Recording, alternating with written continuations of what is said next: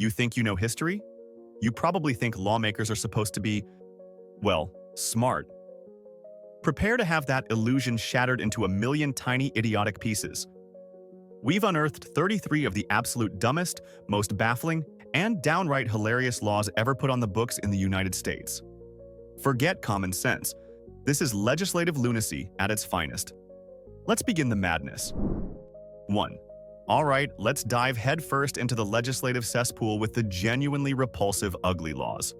Yes, cities like Chicago and Omaha, in their infinite wisdom, decided the real menace wasn't crime or poverty, but people who didn't meet their B-movie casting standards for attractiveness. These weren't suggestions. These were actual laws making it illegal for anyone deemed unsightly or maimed to inflict their appearance upon the delicate public eye. Can you imagine the legislative debate? Gentlemen, we must protect our citizens from people with scars, or maybe a limp. Quick, pass the aesthetically offensive persons ban. It's like a citywide Mean Girls clique got lawmaking powers. Stupidity layered on top of outright cruelty. A true low point in deciding who gets to exist in public. Bravo, ancestors. 2. Next up, Arizona, 1924, where they tackled the burning issue of donkeys sleeping in bathtubs. I swear, I'm not making this up. Some poor jackass, the donkey, not the lawmaker, probably, apparently found bathtubs exceptionally comfortable for catching some Z's. Then a flood hit, washed the snoozing critter away in the tub, and the town's reaction wasn't maybe secure the dam, but ban bathing donkeys. This is peak governmental problem solving. Forget root causes. Legislate the weirdest possible symptom. It's like banning squirrels from wearing tiny hats after one falls out of a tree. Utterly pointless, fundamentally moronic, and yet, somehow, perfectly Arizona. 3. Welcome to Gainesville, Georgia, where fried chicken isn't just food, it's a religion enforced by law. In 1961, these culinary commandants passed an ordinance making it illegal to eat their sacred bird with utensils. A fork? That's basically sacrilege punishable by public shaming, apparently. It started as a PR stunt, but imagine the sheer power trip of being able to legally mandate finger licking. Picture the police chief briefing his officers. All right, boys, we've got reports of a suspect using a spork on a drumstick. Move in. Code finger food. They even mock arrested a 91-year-old for violating this sacred pact. It's less a law, more a legally binding threat. Eat our chicken correctly or face the greasy wrath of justice. 4. Connecticut, 1948. The Great Pickle Panic. 2 geniuses got caught selling pickles so foul they might have dissolved the barrel. How did the state prove their inedibility? Not chemical analysis, oh no. They instituted the legendary bounce test. Yes, food inspectors literally declared that a pickle worthy of the public gullet had to bounce when dropped from a foot high. Forget crispness or flavor. It's all about the aerodynamics. Can you envision the pickle police lining up suspects? All right, Gherkin, let's see that rebound. It's the kind of logic that leads to testing steak tenderness by throwing it against a wall. Dumb doesn't even begin to cover it. This is culinary physics gone mad. 5. Of course, we have to talk about Florida. Sarasota, specifically. Home to circus elephants who, apparently, needed parking spots. City ordinances decreed that if you tied any animal, up to and including a multi-ton elephant, to a parking meter, you damn well better feed that meter. Forget parallel parking. Imagine trying to find change for an elephant. Sorry, officer. Jumbo only carries $100 bills, and the machine doesn't give change for hay. It conjures a beautiful image of municipal chaos. A line at the meter with a poodle, a bicycle, and an actual freaking elephant, all legally parked. Is it dumb? It's Florida. Dumb is just their baseline setting for normal. 6. Let's churn up some outrage over margarine. Back in the day, the mighty dairy lobby in states like Wisconsin got so terrified of this pale, vegetable-based imposter that they passed laws controlling its color. Margarine was legally forbidden from being dyed yellow like glorious butter. It had to be sold looking like lard, or sometimes, hilariously, pink. Imagine the undercover sting operation. We caught him red-handed, Chief. He was yellowing his spread. Some brands even included DIY dye packets for clandestine kitchen coloring. This wasn't just dumb. It was a full-blown government-sponsored war over the aesthetics of toast toppings. Priorities, people. 7. Prohibition.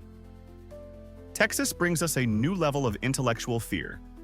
Certain communities, in a stroke of sheer paranoid brilliance, banned the Encyclopedia Britannica. Their reasoning. This dangerous tome of knowledge contained, wait for it, instructions on how to make beer at home. Oh, the humanity. People might learn something. It's like banning chemistry textbooks because they explain how to make stink bombs. The logic is just breathtakingly stupid. If you can't control the booze, control the knowledge of the booze. Next step, banning the alphabet because you can spell whiskey with it. Genius. 8. Saddle up for the strange tale of the no ice cream in the back pocket law, supposedly from Kentucky or Alabama. While the law itself might be a phantom, the alleged reason is too good not to share. It was supposedly created to stop horse thieves who used pocket-warmed ice cream to lure steeds away. Forget breaking into stables. The real threat was criminals armed with melting Neapolitan. Imagine the wanted poster, armed and dangerous, approach with caution, maybe carrying concealed Ben & Jerry's. Whether true or not, the sheer visual of a bandit sweet-talking a horse with a pocket full of butter pecan is legislative comedy gold. 9. Gather round, ye sinners, for a lesson in Alabama law. Disturbing a religious service is illegal. Standard stuff. But here's the kicker. What if your fake mustache causes the disruption? If that handlebar you bought for laughs makes the congregation erupt during the sermon, technically, you're a criminal. The law doesn't specify mustaches, but it nails disruptive behavior. So that disguise you thought was hilarious? Potentially a Class C misdemeanor? It's where vague legal statutes meet glorious human stupidity. Forgive me, Father, for I have sinned. My novelty mustache was too amusing.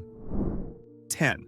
Let's wander back to the Arizona desert, where lawmakers bravely protected the public from rampaging camels? Yes, it's illegal to hunt camels there. Not because they're native and endangered, they're not. But because the U.S. Army, in a flash of 1850s brilliance, thought camels would be perfect for the climate. They weren't. The project flopped, the camels escaped, and apparently became such a menace, or maybe just an awkward reminder, that they needed legal protection from hunters. So somewhere, somehow, someone decided Arizona needed a don't shoot the awkward military experiment leftovers law. Just, wow. 11. And we round off this first batch in Alabama, the state that apparently anticipates levels of idiocy others can only dream of. It is effectively illegal to drive while blindfolded. Let that marinate. They needed to spell it out. This wasn't inferred from reckless driving. No, the specific act of covering your eyes while operating a 2-ton metal death machine required its own special mention. What sequence of events led to this? A dare gone wrong? A misguided attempt at developing the force? Whatever it was, Alabama lawmakers looked at the absolute dumbest possible thing a person could do in a car and thought, yeah, better put that in the books, just in case. God bless Alabama. 12. Up next is Chico, California, a town clearly prepared for the absolute worst, albeit with a bafflingly chill attitude. They have an actual city ordinance, Section 960.030. If you're taking notes, that makes it illegal to detonate a nuclear weapon within city limits. Okay, good start. The penalty? A $500 fine. $500. For potentially vaporizing the entire town and its surroundings. That's less than some speeding tickets. You have to picture the city council meeting. All right, nuclear annihilation. Definitely frowned upon. How about we make it, say, $500? Discouraging, but not, ruinous. Forget mutually assured destruction. Chico relies on moderately inconvenient financial penalties. Just mind-blowing. 13. Let's waltz over to old-timey Vermont, where marital bliss apparently involved signed permission slips for dental work. A genuine statute once required a married woman to give her written consent before her husband could get false teeth. Seriously, not a new car, not a questionable investment, but dentures. Imagine the scene. A man, gums aching, wanting to chew solid food again, has to go home and get a note from his wife like a kid needing permission for a field trip. Dear Dr. Drillhappy, please allow my husband, Reginald, to be fitted for new chompers. Yours, Agnes. What was the fear? That he'd bite off more than he could chew, financially. Or maybe just bite in general. Bureaucracy reaching right into your mouth. 14. Alaska. Land of the midnight sun, majestic glaciers, and laws preventing you from getting the local wildlife hammered. Alaska Statute Euro 4-16160 makes it explicitly illegal to give alcoholic beverages to animals.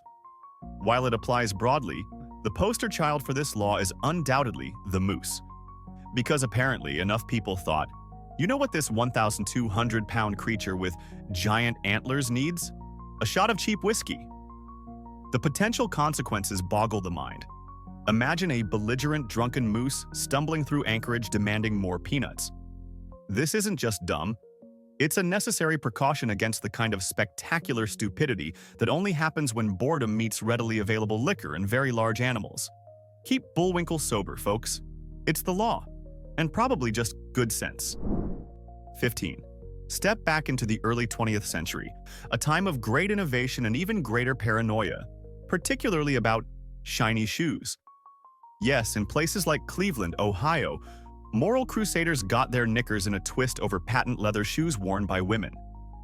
The terror? That the glossy surface could act like a funhouse mirror, reflecting images of gasp. Undergarments to nefarious men lurking nearby. Towns actually proposed or passed ordinances banning these potentially periscopic pumps. It's a level of prudish absurdity that's hard to fathom. Blaming the shoes, not the creeps? That's like banning spoons because someone might eat too much ice cream. The original upskirt panic, apparently triggered by well-polished footwear, simply dazzlingly dumb. 16. Why did the chicken cross the road? In Quitman, Georgia, perhaps it was to flout Ordinance Sect 41, which effectively holds owners liable if their feathered friends decide to make a break for it across asphalt. This isn't some philosophical conundrum. It's about basic animal-at-large laws found everywhere. But framing it around the most famous road-crossing question in history is just chef's kiss. Imagine the poultry court proceedings. Your Honor, my client Henrietta pleads not guilty by reason of wanderlust. The other side was greener. It puts a whole new burden on chicken farmers, not just egg production, but actively preventing their birds from becoming illegal jaywalkers? Or is that jaysquawkers? 17. Let's talk about fishing techniques. You've got your rod and reel, your nets, your dynamite. Yes, apparently enough people thought the best way to catch dinner was to literally blow fish out of the water, because multiple states had to pass specific laws banning fishing with dynamite. Think about the sheer destructive idiocy. It kills everything in the blast radius, destroys habitats, and generally turns a peaceful pastime into a B-movie explosion scene. That this required legislation speaks volumes. It wasn't enough to rely on common sense telling people, maybe don't use military-grade explosives to catch trout. Nope, had to put it in the law books, because someone, somewhere, definitely tried it, repeatedly. 18. Picture driving down a scenic Pennsylvania highway in the old days. The birds are singing, the sun is shining, and every single time someone overtakes another car, honk. An outdated traffic law actually required drivers outside of towns to honk their horn whenever passing. Not just a courtesy beep, a mandatory blast. Imagine the unrelenting symphony of frustration and noise pollution on any busy road. Forget road rage. This was legally mandated auditory assault. It must have sounded less like traffic and more like a flock of extremely angry metallic geese migrating en masse. Progress isn't just electric cars. It's the blessed silence of not having to honk every 30 seconds. 19. Back to Florida, where the state isn't just worried about elephants at parking meters, but also about you nodding off at the salon. Believe it or not, it's illegal for a salon owner to allow a customer to fall asleep while under a hairdryer, Presumably, this stems from safety concerns, fire hazards, maybe getting your scalp cooked medium rare. But the image is just fantastic. Imagine undercover cops staking out curl up and die, waiting for someone to doze off during a deep conditioning treatment. We got him! Subject is unconscious under the Conair 3000. Move in.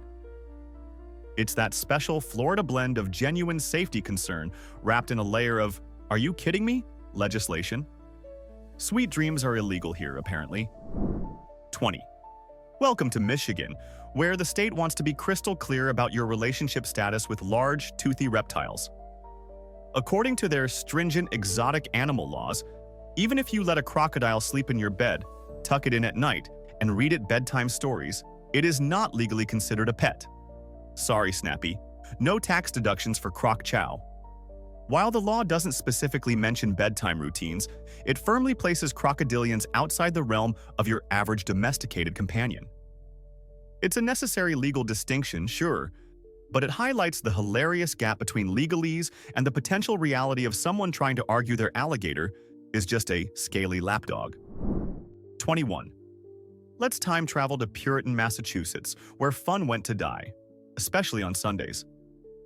Early blue laws were notoriously strict, regulating every conceivable activity on the Sabbath. Among the forbidden acts? Public displays of affection. That's right, getting caught smooching your sweetheart in public on a Sunday could land you in actual trouble. Fines or maybe even the stocks.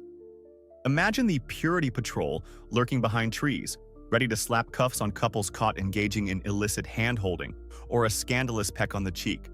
Book 'em, constable! Excessive affection during daylight hours. It's a stark reminder that past generations weren't just quaint. They were often aggressively, legally boring. 22. Only in Alabama, folks. Only in Alabama would you need a specific law, Section 13A 12-5 of their state code, explicitly prohibiting bear wrestling. Let that sink in. Not just cruelty to animals, but the specific, organized spectacle of humans grappling with bears. What chain of events led to this? Was there a thriving underground bear wrestling circuit? Did some guy named Cletus lose a bet and decide Smokey looked grappleable? The sheer fact that lawmakers had to sit down and formally declare, "Okay, people, fisticuffs with Ursus Americanus, that's a no-go," speaks volumes about, well, Alabama. It's less a dumb law, more a terrifyingly necessary clarification for a populace that apparently needed it spelled out. Don't wrestle the bears, y'all, please. 23. Ever wish you could legally silence that annoying gossip in your office? Well, Indiana once tried to make that dream a reality. A genuine, though likely long-gone statute actually outlawed gossip. Defined as repeating idle rumors, it was a misdemeanor punishable by a fine. Imagine the enforcement. The gossip police, hiding in break rooms, listening for whispers about Brenda's questionable casserole. Did you hear about Dave? Wait, is that Sergeant McSnitch? It's the ultimate nanny state fantasy. Legislating whispers, regulating hearsay. How do you even prove idle rumors in court? It's a law so profoundly unenforceable and fundamentally naive about human nature that its mere existence is a masterclass in legislative wishful thinking and pure, unadulterated dumbness. 24. The Great Depression. A time of hardship, resilience, and dance marathons? Yes, these bizarre spectacles saw desperate couples literally dance for days, weeks, sometimes months on end for prize money, often collapsing from exhaustion. It was grim reality TV before reality TV existed. And naturally, authorities eventually stepped in. Many states and cities banned these human endurance contests, not just because they were exploitative death traps, which they often were, but sometimes on grounds of public morals. Apparently, watching sleep-deprived people shuffle zombie-like for cash was corrupting the youth. So they outlawed the desperate, grueling entertainment. A weird, sad, and ultimately very dumb chapter where desperation met legislation. 25. North Carolina takes its bingo very seriously. So seriously, in fact, that they have laws regulating the duration of the game. According to North Carolina General Statutes, CAR 14, 309.8, A single session of bingo cannot legally exceed 5 hours. 5. What happens at the 5-hour and 1-minute mark? Does the caller turn into a pumpkin? Do the daubers spontaneously combust? Is there a SWAT team specializing in B-12 raids? The level of bureaucratic micromanagement here is staggering. Imagine the tension in the room as the clock ticks towards the legal limit. G54, quick, before the fun police shut us down. It's the kind of hyper-specific, joy-regulating nonsense that makes you wonder who has the time to even think this stuff up. 26. Let's head up to Sault Ste. Marie, Michigan, where they've tackled a menace as old as time itself, spitting improperly. A local ordinance specifically prohibits spitting against the wind. Yes, you read that correctly. It's not just about where you spit, but the aerodynamics of your saliva expulsion. While arguably rooted in basic hygiene and common sense, don't hawk a loogie into a headwind, obviously, codifying it into law is just peak absurdity. Picture the scene: a police officer, armed with an anemometer, writing a ticket. Sir, I clocked that expectoration at 10 miles per hour, directly into an 11-mile-per-hour gust. That's a violation. It's legislating physics, one spit take at a time. 27. Ever feel like just putting on a fake nose and glasses and pretending to be someone else? Well, don't try it in Walnut, California, or similar towns without checking with the sheriff first.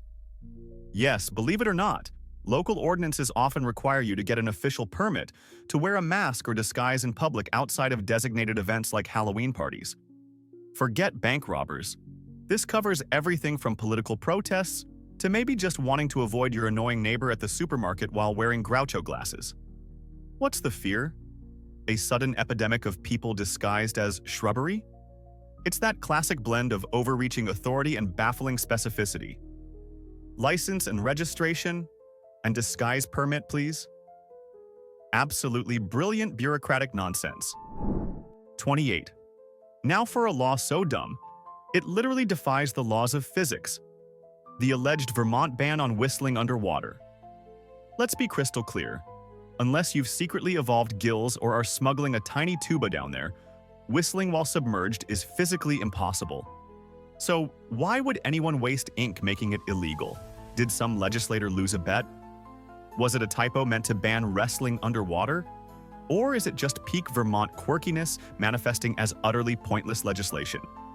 While almost certainly folklore, its enduring presence on weird laws lists makes it a champion of legislative absurdity. Imagine the police dive team. Suspect is submerged and attempting to whistle. Move in. He's violating the laws of man and nature. 29. Gentlemen of New Jersey, put down those knitting needles. At least, if it's fishing season, according to popular legend. This gem, likely pure folklore but too funny to ignore, suggests it was once illegal for men to knit during prime fishing times. Why? Was the clicking of needles scaring the fish? Was there a fear that men proficient in purling might neglect their manly duty of snagging base?